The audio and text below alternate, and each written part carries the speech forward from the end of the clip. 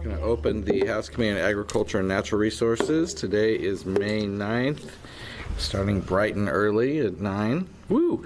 And let me open an informational meeting and ask Representative Solomon and Carl Calkins to join us. And I would like to welcome you to our committee. And Representative, you want to chat for a second, introduce Carl, and then I know you may have other things you got to get to. Thank you. Representative Clem and members of the committee, for the record, my name is Janine Solomon. I am the state representative for House District 30, which represents areas of Banks, North Plains, Hillsborough, and Beaverton. My comments today will be brief. However, I do want to just take a moment to recognize an outstanding citizen, one that I am thankful that our paths have crossed. Carl Calkins came to me one Friday in March with a compelling story and years of photo evidence of what he deemed was the destruction of our public beaches. What he presented was alarming, and he sought out his state representative to bring this issue to my attention in hopes of providing him a vehicle for some legislation. You will see the passion in Carl's eyes. You will see what I saw and I continue to see. The amount of evidence he has compiled over the years, I felt compelled to help him and put a request in for a bill in his name. With this opportune timing of the 50-year beach bill being celebrated this summer and the safety hazard we as Oregonians leave on our beaches, this bill sought to keep our public beaches in the pristine condition that our great Governor McCall envisioned so many years ago, looking forward into our future, for future generations. Today, we are here not to discuss any specific legislation, but the importance of beach safety and making sure that we as legislators advocate for solutions that will keep Oregonians safe, happy, and able to continue to enjoy our public beaches for many years to come. I am proud to represent folks like Carl, people that advocate for what they believe in. Carl and I wish to protect Oregon now and for our future generations, just like Governor McCall did 50 years ago. I hope that you will appreciate hearing Carl's story, and I thank you for providing us this opportunity this morning. Great. Thank you. Welcome, Carl. You don't have to be close. It's very sensitive. Good morning. I never thought I'd be here today honoring two great governors, Governor Oswald West and Governor McCall, that made this day possible. In 1967, when they Carl, first you have to tell us your name for the microphone. Yeah. My name is Carl Calkins. I'm an avid treasure hunter. I'm from Hillsborough, Oregon, and I've been hiking the beaches for over 50 years. All right. And okay. I never thought I'd be here today honoring two great governors, Oswald West and Governor McCall, that made this day possible back in 1967 when they passed a beach bill for the 362-mile recreational area. They made it so to preserve it and protect it for everyone. And for more than 50 years, I've been hiking this and trying to preserve their legacy. I have met visitors and tourists from around the world. I show them my metal detector, how it works. I tell them it's made in Oregon, too. And I find their valuables. They ask many questions. They ask, does Oregon have any laws against alcohol and glass on the beach? And I said, no. They said, the Californians said, well, we do down in California. And they can't understand why we don't have any laws, at least some kind of protection. And all those years that went by, our beaches have turned into a public landfill. The dangers that lay below in the drifting sand, bottles and cans all over, and scattered, and campfires that are still glowing. This is what I saw in Lincoln City this last week, in March.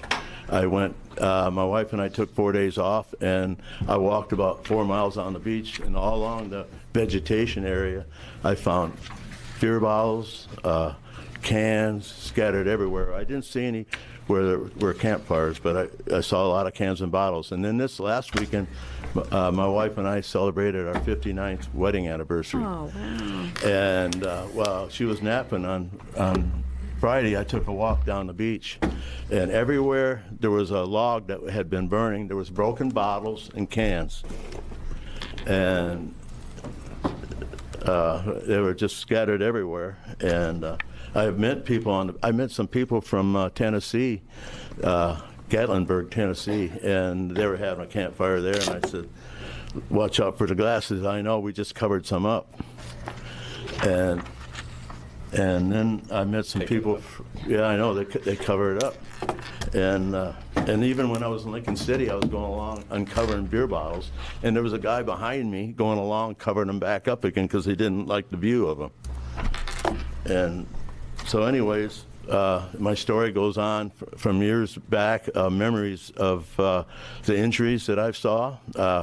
Our church group was down one time at Cannon Beach, and these two little girls were making sandcastles, and one of them was screaming, and they had both hands were all cut with glass. It was a glass beer bottle. And then many years later, back probably about 1995, a lady came and says, will your metal detector find a cell phone? I said, I don't know, let's go. So we walked about 50 yards down, and by the time I got there, their little boy was crying because he was digging through the sand looking for the cell phone, but his hands were all bloody too from cutting on a broken glass bottle. And then at another time, I got down on the beach because we had a place in Seaside.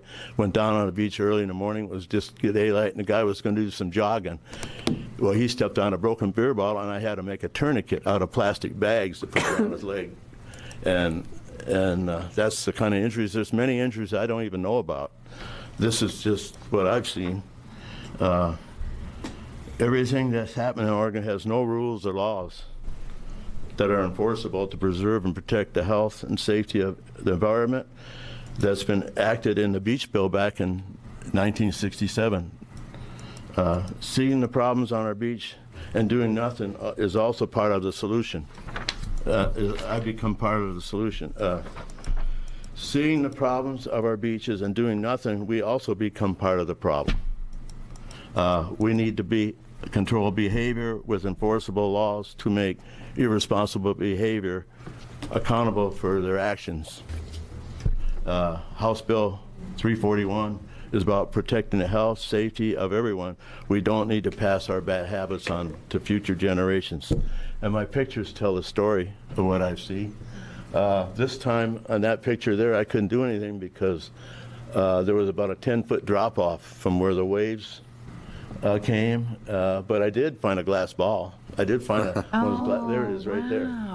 And I spend most of my life down on the beach when I'm not with my family. Mm-hmm. I spend all night on the beach sometimes because I enjoy it so much. Mm-hmm. I've had deer follow me around on the beach. I've had a baby seal come up, and I laid down on the ground and it snuggled up next to me. I got it licking the lens of my camera. Down at Barview, I found a coyote down there, and every year, last year I didn't see him anymore. He would almost be tame. He would come up, and I could throw scraps to him.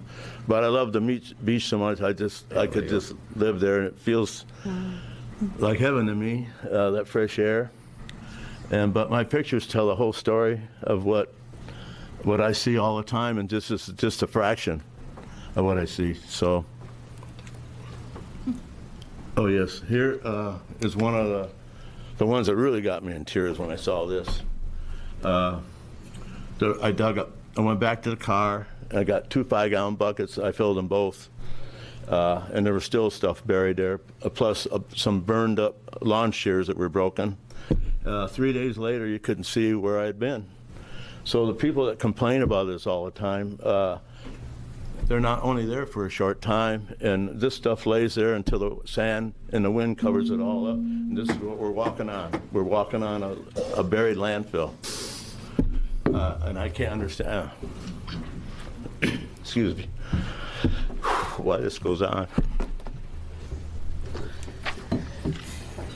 Yeah, I'm going to take a few questions. I just want it safe for everybody. And this here actually came from people from Washington. They had camped right next to us, and they had a big, like a family reunion. And I watched them.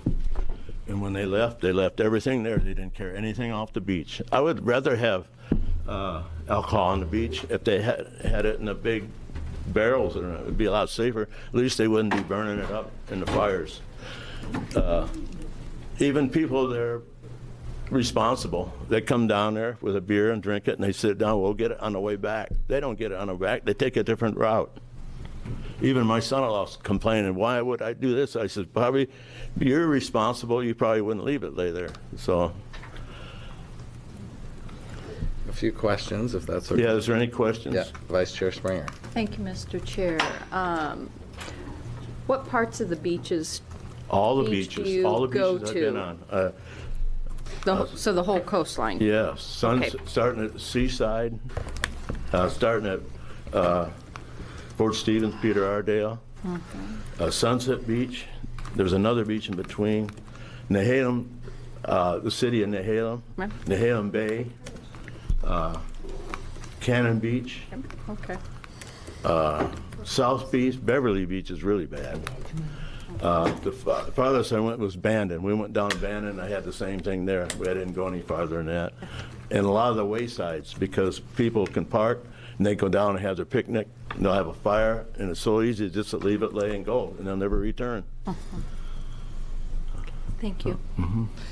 Do you notice after they do the one, I think, big annual beach cleanup with all the volunteers that it's good for a week, and then pretty soon it starts to look bad again? Yeah, the people that do that, they can only pick up what they can see. Right, yeah. If they have it like Labor Day weekend's a bad weekend, and if nobody picks it up and a heavy wind comes, it's all buried in the sand. To me, it's called vandalism, because you can pick up litter, but you can't pick up broken bottles. It's all covered. It's like dumping a 50-gallon barrel of paint in the middle of the lot. You can't pick it up if you dump it in the middle of a road, and that's vandalizing the road. This is vandalizing our beaches by putting all that glass in there that future generations are going to have to be put up with. It's serious, and that's part, our tourists spend over $10 billion a year in Oregon. Yeah, we've got another question here from Vice Chair Springer. Thank you, Mr. Chair. What's the manufacturer of your metal detector? White Electronics. I thought so. Yeah, That's in and I Sweet only Home. buy in Oregon. That's And I've in Sweet sold a Home, my lot of them district. on the beach, people that stay in those condos and everything. A few days later, they're out there with a metal detector. I saw a man down there one time, and he was handicapped. He told me, this is my physical therapy, and he didn't know how to use a metal detector. And he's down there, and he's going, I said, come here. And I showed him he had one just like mine. And he's using it, and about a half hour later, he comes in, I just found a watch. And he was so excited. Yeah. But I have, in my lifetime, I found a $10,000 diamond ring. I found a ring that was lost for 30 years. I did the airplane crash that crashed in Hillsborough for my neighbor. Air show. From the air show. I found things that people thought I planted. My wife's uncle thought I planted a 1901 half a dollar I found. I just enjoy the beach, and I just wish other people could enjoy it like I have. Vice Chair McLean. Well, I want to thank you for bringing all of this here today, and Thank you. I've been fortunate enough to have a lot of beach time too, and my mom and dad actually bought a place down at the beach in 1947, and it was my mom's sort of, I guess, goal in life that she felt like she was going to make sure we understood that it was our responsibility to clean up the beach as much as we could.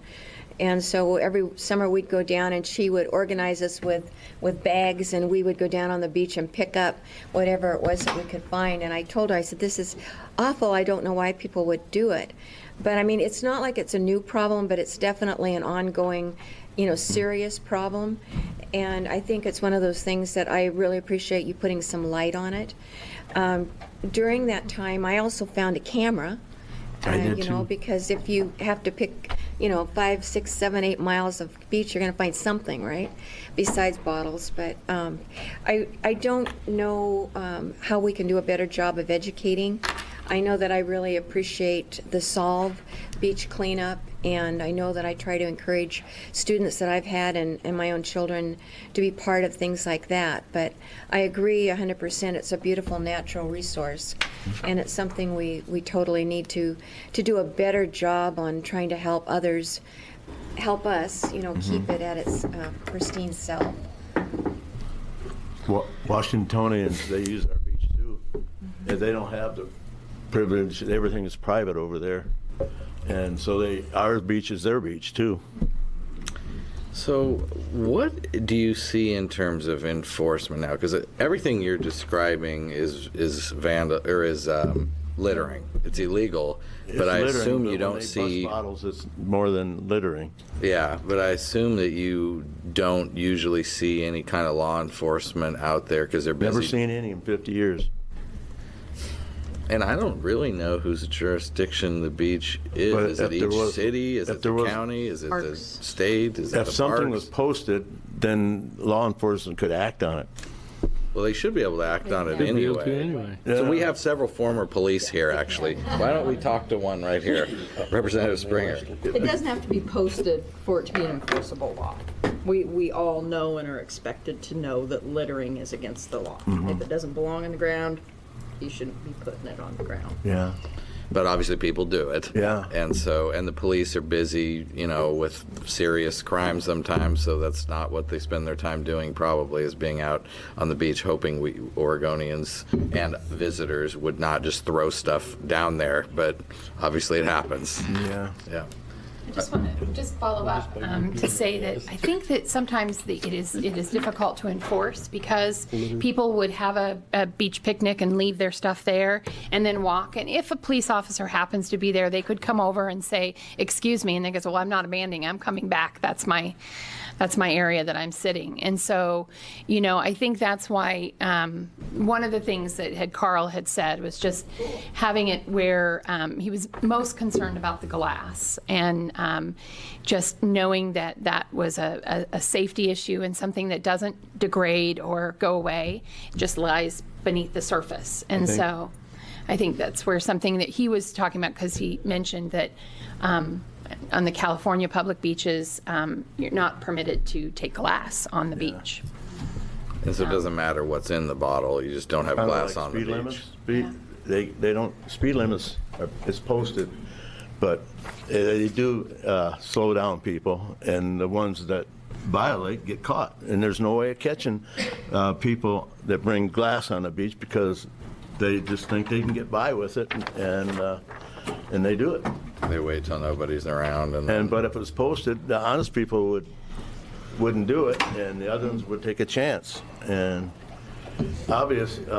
most of these things happen around campfires, and so wherever there's fire, there's smoke, and that's the way that law enforcement can identify it. They can walk down on the beach and see what these people are doing, and 9 out of 10 are going to end up throwing it in the fire because it's so easy to just leave everything and come home. Yeah. Don't know what kind of parents' lessons they were taught, but mine was you leave it better than you found it, not you Yeah. burn it in a fire. Representative Brock Smith, Thank who you. represents the beach. I do, actually, Mr. Calkins. Thank you for your work. I think, and I've never measured, but out of the representatives that have coastal districts, I have the most beach, from Charleston to Brookings Harbor, and the California border. So I truly appreciate your work for over 50 years. Yeah. That's. I want to echo some of the things that others have said. The SOL programs are fantastic. As far as enforcement goes, and this wasn't part of the discussion, I'm not saying that this is where the dollars or resources that could be collected will go. We have a bill in the Senate that creates a beach fund for various things, such as possibly for the Parks Department, more beach rangers, that can assist in maybe some policing activities and/or coordination with other organizations along the beach. So I know that we have a big, in my hometown of Port Orford, we have a big, huge 4th of July celebration. Just a little story here. And I've been involved. We have what's called the J.R. Allison Memorial Saltwater Open, which is a lot of fun, and we raise money for high school scholarships. And from Hubbard's Creek to Battle Rock, we have a 9-hole golf tournament where we have planting pots that we put in the sand, and we play golf with one club. You get to choose one club and a tennis ball from point A to point B on the 9 holes, and we, of course, make it a little challenging and again raise money for the scholarship in JR's name. But when we do that, we also clean up the beach after 4th of July. I always make sure that I schedule it after July 4th so that it can be part of a beach cleanup as well. So I know that there's a lot of folks that enjoy our beaches, such as yourself, and that are doing these cleanups on a daily basis when they're out there. And I just want you to know we appreciate it. Yep. Can I say something? Actually, it was over 60 years ago. I got married in Reedsport. My father-in-law was a pastor down there. And that was over 60 years ago. That was hitchhiking 400 miles every weekend from Astoria Navy Base. And finally I said, let's get married. So that's, yeah. Whoa. So I do love the beach, and we make that tour all the time. We always go back to Astoria, the first place we lived. Okay, any more questions for Carl? I do Representative want to McEwen. thank you so much for holding this hearing, Chair Clem. It's an important issue. Have you noticed a difference, sir, in the last few weeks? I'm wondering, since we've doubled the return deposit on bottles from a nickel to a dime, if it's made any difference, or kids out picking up bottles now that maybe wouldn't have before? It was really making a difference until I noticed when I went to church last Sunday, the same road has just as many cans on it, because all of a sudden they were all gone, and now they filled up again all along the ditches. Okay, I wondered if that might be a little bit of an incentive to just move the dial a little bit. Maybe it's not. I don't think deposit means anything, because when you have a behavioral problem under the influence, and they just doesn't matter, deposit. Now if they make it like 25 cents, or if they raise the deposit, then every so many years they should upgrade it because of the economy. When I was a kid back in Detroit, Michigan, when I was born on Mother's Day, 1934, they had deposits on ginger ale and pop, Coke, and everything. They were a nickel then. Wow. And I was making 35 cents an hour working for Kroger's. Yeah. And I worked for Jimmy Hoffa. Jimmy Hoffa was our union representative. Oh. And I also come from the same place where Susan Bonamici came from. Amazing. Yeah. Susan Bonamici came from the same place, so, Sir, thank you. Thank you so- for your love of the beach. We appreciate it. yeah. Representative Brock Smith. Just a point of clarification, Mr. Calkins, you mentioned Mr. Hoffa and Congresswoman Bonamici. I just didn't know if there was any connection there. No, I worked for a company I'm called... just kidding. She knows where he's buried, I heard. Yeah.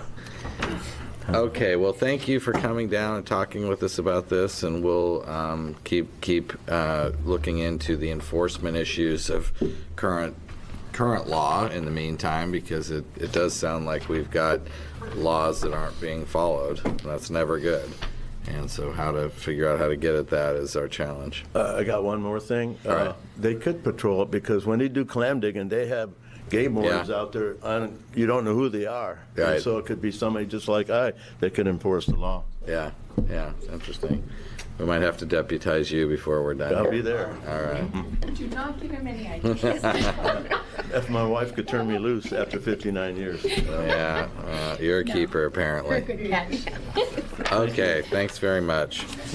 Okay, I'm going to close this informational hearing and open a public hearing on Senate Bill 14A, and I see Senator Byers made it.